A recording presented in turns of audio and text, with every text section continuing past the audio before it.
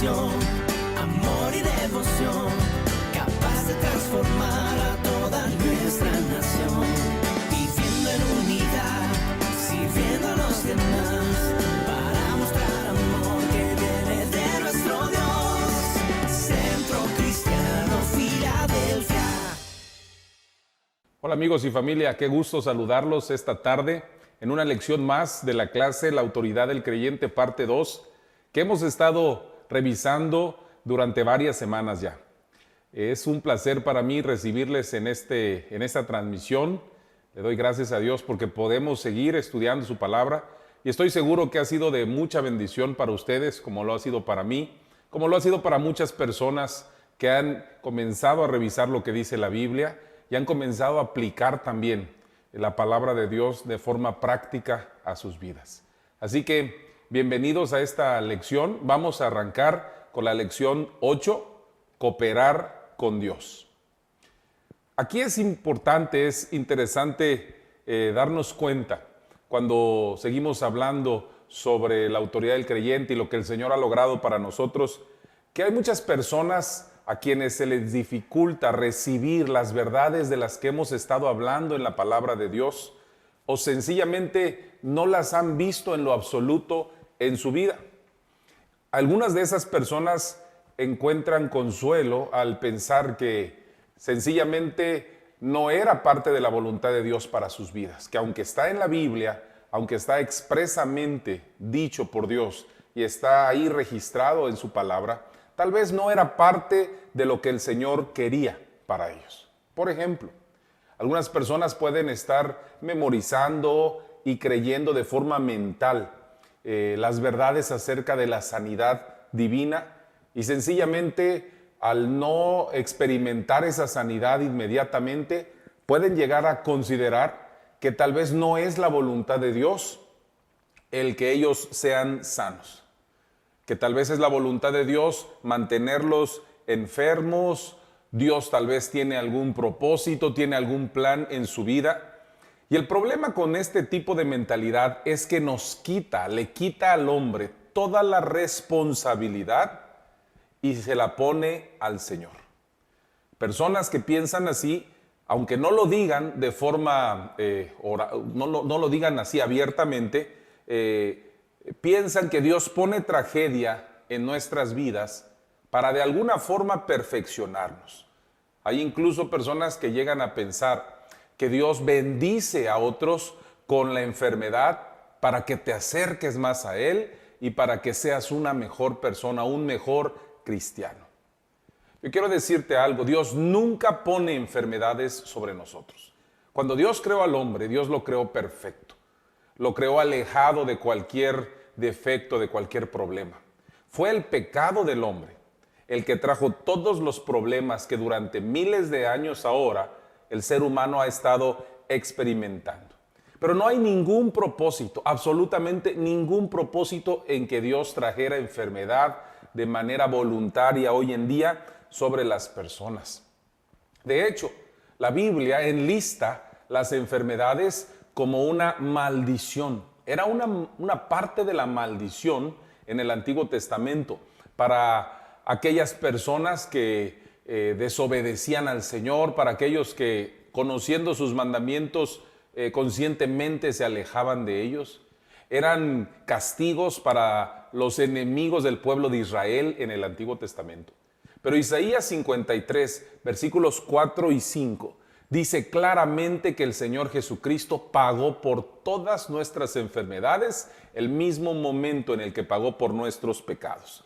También el apóstol Pedro en su primera carta, capítulo 2, versículo 24, dice que hemos recibido, no que recibiremos, que hemos recibido sanidad a través de las llagas del Señor Jesucristo. Así que hay muchas personas que aunque conocen lo que dice la Biblia, mentalmente no lo están experimentando por ese tipo de pensamiento. De alguna forma, Dios está tratando conmigo, está perfeccionando. Es esta que lees. Déjame decirte lo que dice la palabra de Dios de ella misma en segunda a Timoteo, segunda carta del apóstol Pablo a Timoteo, en el capítulo 3, y versículo 16, que es muy conocido, este versículo, y dice así: toda la escritura, toda, es inspirada por Dios y útil para enseñar, para redarguir, para corregir, para instruir en justicia, a fin de que el hombre de Dios sea perfecto, enteramente preparado para toda buena obra. Si Dios quiere instruirte, si Dios quiere acercarte a Él, si Dios quiere enseñarte algo, lo va a hacer a través de su palabra y su Espíritu Santo junto a ti. Él no necesita contratar ni al diablo, ni a las enfermedades, ni a las tragedias, ni a las desgracias para enseñarnos nada. Dejó su palabra, y su palabra es lámpara a nuestros pies y lumbrera a nuestro camino. Y en ella podemos aprender todo lo que Dios tiene para nosotros y todo lo que Dios quiere para nosotros. Así que debemos establecer el pensamiento de la palabra de Dios en nuestras mentes para que no seamos personas que tienen doble pensamiento. Necesitamos orientar nuestra mente, nuestros pensamientos en la dirección que Dios ha orientado los suyos.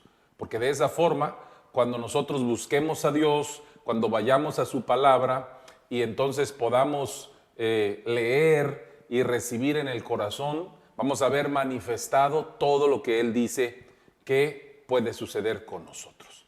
Así que teniendo esto como una introducción, vamos a movernos al primer punto de esta lección. En Marcos capítulo 6, en Marcos 6 del 1 al 3, vamos a encontrar un episodio en la vida del Señor Jesucristo que deja en claro muchas cosas que a nosotros nos sirven precisamente para comprender hoy por qué necesitamos cooperar con Dios. Permítame leer Marcos 6, versículos 1 al 3. Salió Jesús de allí y vino a su tierra, y le seguían sus discípulos. Y llegado el día de reposo, comenzó a enseñar en la sinagoga. Y muchos, oyéndole, se admiraban y decían: ¿de dónde tiene estas cosas? ¿Y qué sabiduría? Y estos milagros que por sus manos son hechos. Y entonces decían: ¿no es este el hijo del carpintero, hijo de María, hermano de Jacobo, de José, de Judas y de Simón? ¿No están también aquí con nosotros sus hermanas? Y se escandalizaban de él. Lo primero que vamos a entender, y que es muy importante para nosotros hoy en día, es ver que la incredulidad es capaz de detener la operación del poder de Dios. Jesús mismo, Jesús el Hijo de Dios, no pudo hacer muchas cosas en su propia tierra, en la tierra donde Él se crió, a causa de la incredulidad. Y es que estas personas, todos ellos los que habían conocido al Señor, pues tenían una referencia de Él, de haberlo visto crecer, de conocer a su familia, a su papá, a su mamá. Lo conocían como el hijo del carpintero. Y aunque es cierto, en lo natural, Él era hijo del carpintero, hijo adoptivo de José, Jesús también era el Hijo de Dios. Había vivido sobre la tierra, caminando como un hombre y trabajando como carpintero. Pero ellos no sabían quién era Jesús en realidad. Ellos estaban viendo únicamente lo que tenían frente a ellos y no estaban permitiendo que su corazón pudiera experimentar la fe en Él por su familiaridad con Jesús. Precisamente por conocerlo de esta otra manera, se escandalizaron y lo rechazaron. Y entonces los versículos 4 y 6 de ahí mismo, del mismo capítulo de Marcos 6, dice así: mas Jesús les decía: no hay profeta sin honra sino en su propia tierra y entre sus parientes y en su casa.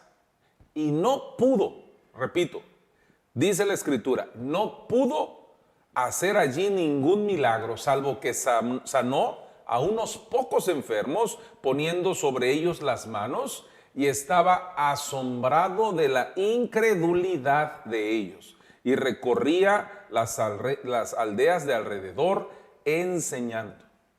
Quiero por favor que notes que la Biblia dice que Jesús no pudo hacer allí ningún milagro. No es que Dios no haya querido hacerlo a través de Cristo. No es que el Señor Jesucristo no haya tenido la voluntad para hacerlo. Sencillamente no pudo hacerlo, teniendo todo el poder, habiendo traído el amor y la compasión, el perdón y la sanidad de Dios a la tierra. Dice claramente en la Biblia que Jesús no pudo hacer allí ningún milagro, y no pudo por causa de la incredulidad de las personas que estaban allí. Esto es importante porque cuando hay alguien que pide al Señor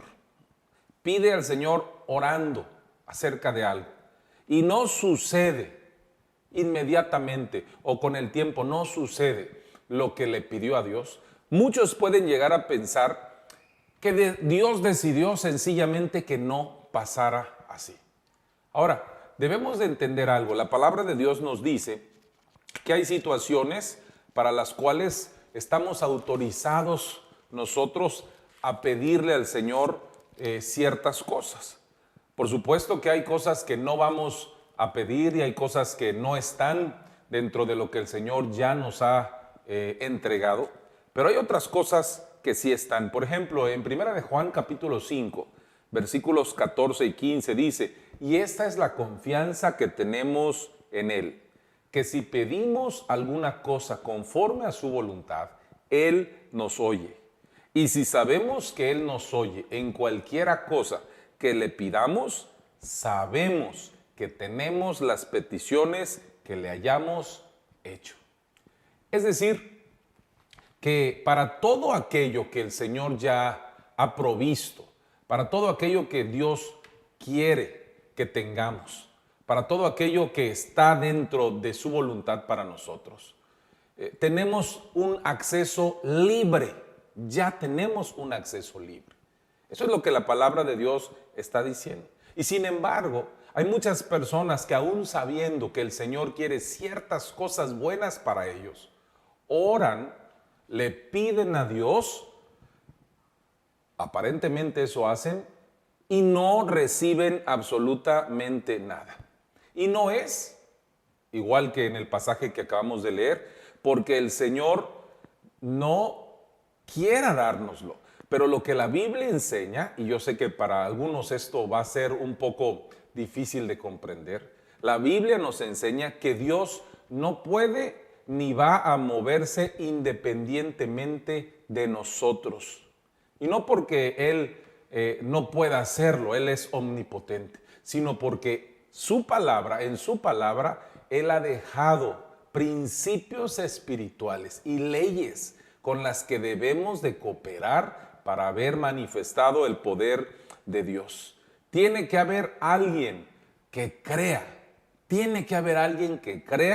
que tome su autoridad conociendo esas leyes espirituales, y entonces el poder de Dios va a fluir a través de esa persona. Por ejemplo, en la clase anterior, cuando hablamos de la mujer que tuvo flujo de sangre, ¿recuerdas cómo dice la palabra de Dios que ella sabía en su corazón, ella decía dentro de sí misma: si tan solo tocare el borde de su manto seré sana? ¿Recuerdas cómo ella tuvo que creer desde el corazón y entonces cooperar, acercarse y tocar el borde del manto de Jesús para recibir el poder sanador del Señor? Así necesitamos ser cada uno de nosotros. Dios no va a operar independientemente de nosotros, no porque no pueda hacerlo, sencillamente porque Él ha establecido que alguien tiene que creer para que podamos ver su voluntad manifestada en nuestras vidas. Esto es importantísimo porque en cada milagro del Nuevo Testamento, específicamente cada milagro en los evangelios que están ahí registrados, donde el Señor Jesucristo hizo algo por alguien, en todos esos milagros alguien tuvo que creer. Alguien tuvo que manifestar fe en lo que Cristo decía o hacía, y entonces el milagro, el poder de Dios fluyó. Esto es lo que dice Efesios capítulo 3, versículo 20. Dice la palabra de Dios: y a aquel que es poderoso para hacer todas las cosas mucho más abundantemente de lo que pedimos o entendemos. Mira esta última parte: según el poder que actúa en nosotros. Y esa es la clave. Esa es la clave para que muchos de nosotros comencemos a ver manifestada la respuesta que estamos esperando. Para que no tomemos una salida fácil y digamos, tal vez no era la voluntad de Dios, tal vez Dios no quería que yo tuviera esto, a pesar de que la palabra de Dios expresamente nos muestre que Dios sí quiere, que Dios ya hizo lo que tenía que hacer y sencillamente ahora es nuestra responsabilidad. Es muy importante entender eso. El poder de Dios actúa en nosotros los que creemos. Y actúa, dice la Biblia, más abundantemente incluso de lo que pedimos o entendemos. Es decir, Dios quiere darte todas las cosas buenas que Él te prometió en su palabra. Pero para eso, primeramente, tú vas a tener que enterarte cuáles son esas cosas buenas. Segundo, vas a necesitar fe, pero no una fe mental, no una fe que está solamente basada en lo que sabes de la Biblia. Por supuesto que ese es el primer paso. Pero la fe mental, el mero conocimiento de lo que Dios dice, es un paso, pero no es todo lo que hay que hacer. Es necesario meditar en lo que conocemos de la palabra de Dios, hasta el punto en el que deja de ser algo mental y baja a nuestro corazón. Y estamos abrazando esa verdad desde el corazón, enteramente convencidos de que eso es lo que Dios quiere para nosotros. De otra forma, aunque sepamos lo que dice la Biblia, si no cooperamos con lo que el Señor nos ha dicho, no vamos a ver nada, aunque el poder esté presente ya en nosotros.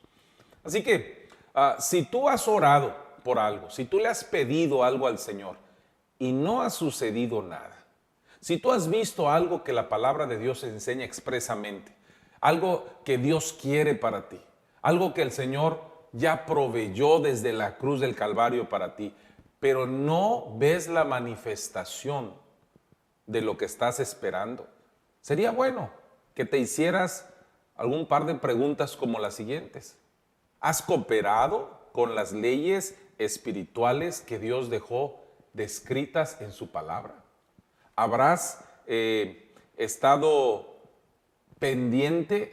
¿Te habrás asegurado que lo que estás orando, que lo que estás pidiendo es algo que el Señor verdaderamente quiere para ti? Porque recuerda, si estás orando por algo que no está revelado en su palabra como parte de la provisión de Dios para ti, lo mejor es que te detengas, porque no es bueno para ti y Dios no lo ha provisto. Pero cuando algo, regresando al ejemplo que mencionamos antes, algo como la sanidad, que sí es prometido para ti en la palabra, algo que ya ha sido provisto por el Señor Jesucristo desde la cruz, algo como la sanidad que ya está ahí, que es para ti. Tú puedes darte cuenta que es parte de tu herencia, que es la voluntad de Dios para tu vida. Lo que necesitas hacer es tomar tu lugar de autoridad como creyente en el Señor Jesucristo y empezar a confesar la verdad de la palabra de Dios, diciendo tal vez, esta es una ley de Dios. La palabra de Dios enseña que Cristo Jesús padeció en la cruz del Calvario para que mis enfermedades yo no tenga que seguirlas llevando, porque Él ya pagó por ellas con sus llagas en la cruz. Así que le hablo a mi cuerpo y mando a mi cuerpo que responda. En el nombre de Jesús estoy mandando a mi cuerpo que lo que Dios ya ha hecho, lo que Él ya proveyó y puso dentro de mí, sea manifestado en la superficie, en mi cuerpo, en mis órganos, donde sea que tú tengas ese problema. Si tú te das cuenta, cuando veniste a la fe en Cristo, cuando pusiste tu fe en el Señor Jesús, la Biblia dice que el Espíritu de Cristo vino a vivir dentro de ti. Su Espíritu Santo vino a vivir y trajo todo su poder, como acabamos de leer ahí en Efesios. Trajo todo su poder contigo y trajo el cumplimiento de todas esas promesas para ti. La provisión de Dios completa fue puesta en tu espíritu. Ahora, lo que necesitamos es descubrir cómo de nuestro espíritu esas promesas pueden ser manifestadas en nuestra alma o en nuestro cuerpo, como en el caso de la sanidad. Permíteme continuar con la lectura que estamos viendo. En el versículo 5 dice la Biblia que Jesús no pudo hacer ningún milagro. Y no es que no quisiera hacerlo, sencillamente no pudo hacerlo. Pensemos por un momento.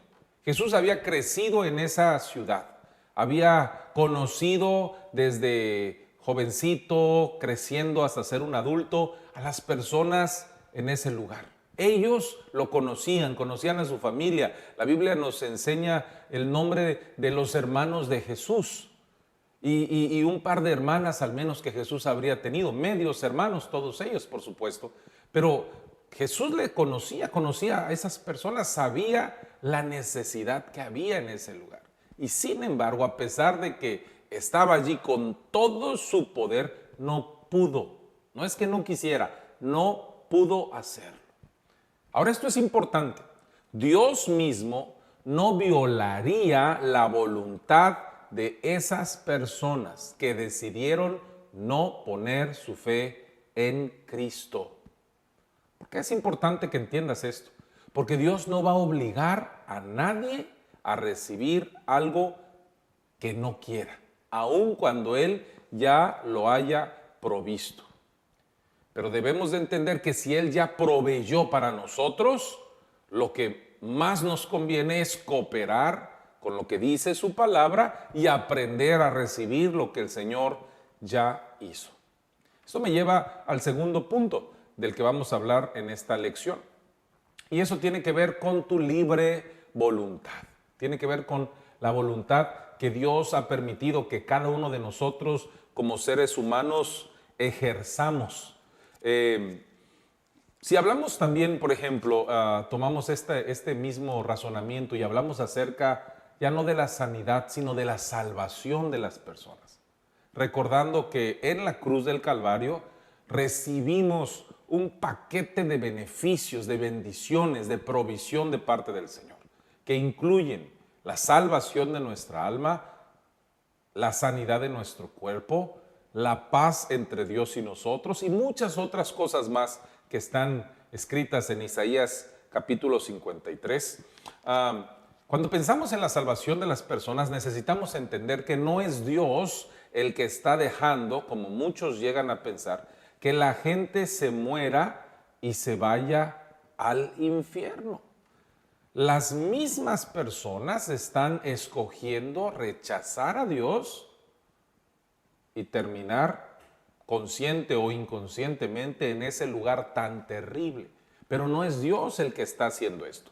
Segunda carta del apóstol Pedro, en el capítulo 3, en el versículo 9, dice: el Señor no retarda su promesa, según algunos la tienen por tardanza, sino que es paciente para con nosotros, no queriendo, fíjate que dice la Biblia, no queriendo que ninguno perezca, sino que todos procedan al arrepentimiento. No importa lo que alguien o un grupo de personas pueda decir acerca de Dios, de que Dios tiene el pensamiento de que unos sean salvos y otros no sean salvos, la palabra de Dios dice que Él no quiere que nadie se pierda. En otra parte, en otra de las cartas, la segunda carta del apóstol Juan, en el capítulo, la primera carta del apóstol Juan en el capítulo 2 y versículo 2 también dice que Cristo es la propiciación, es decir, el pago por los pecados, por nuestros pecados, Y dice, y no solamente los nuestros, sino también por los de todo el mundo. Es decir, no es el Señor quien está mandando personas a una eternidad lejos de Él. Cada persona cuenta con el deseo de Dios de que él o ella sean salvos. Pero al mismo tiempo, cada persona va a ejercer una libre voluntad de poner su fe en Cristo o rechazar al Señor. En el capítulo 3 de Juan, adelante del versículo 16, que conocemos también, la Biblia empieza a decir, a partir del versículo 17 en adelante, que Dios no envió a su Hijo al mundo para condenar al mundo, sino para que el mundo fuera salvo por él. Y también dice, el que cree no es condenado, pero el que no cree, el que decide no creer en él, ya ha sido condenado. Y nos dice por qué. No nos dice que sea por su abundancia de pecados, por todas las cosas tan terribles que ha hecho, pero la Biblia dice, porque no ha creído en el nombre del unigénito Hijo de Dios. En otras palabras, es la voluntad de cada hombre al recibir o rechazar lo que Cristo trajo a la tierra, el perdón de Dios a través de su muerte y su resurrección. Es esa voluntad de cada persona la que le permite ser salvo o no serlo. Pero no es el Señor el que está haciendo esto de enviar personas lejos de Él. Lo que sucede es que muchas veces ignoramos su provisión, ignoramos lo que el Señor ya ha traído e ignoramos, las leyes que gobiernan cómo recibir de Él. Regresando al pasaje de Marcos 6, de la misma manera que Jesús no pudo hacer ningún milagro en su ciudad, no pudo, aunque quería, aunque llegó con todo su poder, no pudo hacerlo. La incredulidad no permite a Dios hacer lo que Él quiere en nuestras vidas. ¿La incredulidad de quién? Nuestra propia incredulidad. Nuestra incredulidad detiene el mover de Dios en nuestra vida. Es impresionante. La Biblia dice que Jesús mismo estaba asombrado de la incredulidad de ellos. Piensa por un momento, seguramente hay pocas cosas que pueden asombrar al Hijo de Dios. Pues una de las cosas que le asombró fue la incredulidad que estas personas, el rechazo que estas personas le mostraron a pesar de que Él llegó con las mejores intenciones a verlo. Dios no se va a mover en tu vida sin tu cooperación. Es muy importante que lo entiendas. Dios no se va a mover en tu vida sin tu cooperación. Por eso la palabra está llena de versículos que nos llevan, que nos animan a hacer algo también nosotros para ver el poder de Dios moverse a favor nuestro. Por ejemplo, a Josué capítulo 1, versículo 8, dice la palabra de Dios, nunca se apartará de tu boca este libro de la ley, sino que de día y de noche meditarás en él, para que hagas y guardes conforme a todo lo que en él está escrito. Porque entonces, cuando lo hagas, cuando medites, cuando tomes tiempo, después de haber leído la palabra de Dios y estés tomando tiempo para pensar, y el Señor esté cambiando tu forma de pensar y de vivir, dice la Biblia, entonces harás prosperar tu camino y todo te saldrá bien. Fíjate que la Biblia no nos dice que Dios hará prosperar tu camino. Dice la Escritura, harás prosperar tu camino, porque Dios está involucrándote. Dios quiere que tú cooperes con Él. Él ha hecho todo lo necesario ya para que tú tengas una vida en abundancia como de la que Cristo habló en Juan 10:10. Pero Dios no se va a mover en tu vida sin tu cooperación. Debes estar de acuerdo con Él. Esa es una de las leyes espirituales que aparece en la Biblia. Tu voluntad es algo que el Señor no va a violar. Él va a respetar tu voluntad. Así que tú y yo podríamos estar deseando y esperando los resultados correctos, pero mientras desobedezcamos las leyes espirituales que Dios ha puesto, mientras no las conozcamos y las pongamos en práctica, nada va a suceder. Una de las leyes de Dios que aparece claramente descrita en su palabra es que no puedes tener tu voluntad en una dirección y esperar resultados que vengan a ti de la dirección opuesta.